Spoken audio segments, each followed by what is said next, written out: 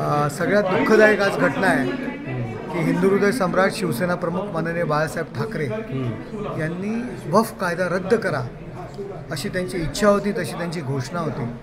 परंतु त्यांचा वारसा सांगणाऱ्या उभाटाच्या खासदार अरविंद सावंत यांनी तर वक्फ सुधारणा विधेयकाला सभागृहात विरोध केलेला आहे.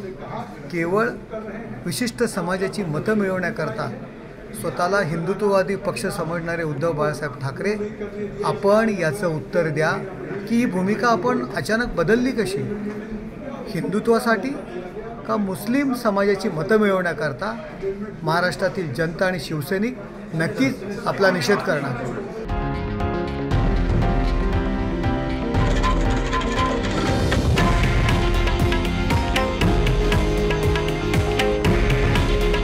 हे आहे देशातील नंबर 1 न्यूज नेटवर्क आणि आपण पाहत आहात TV9 मराठी.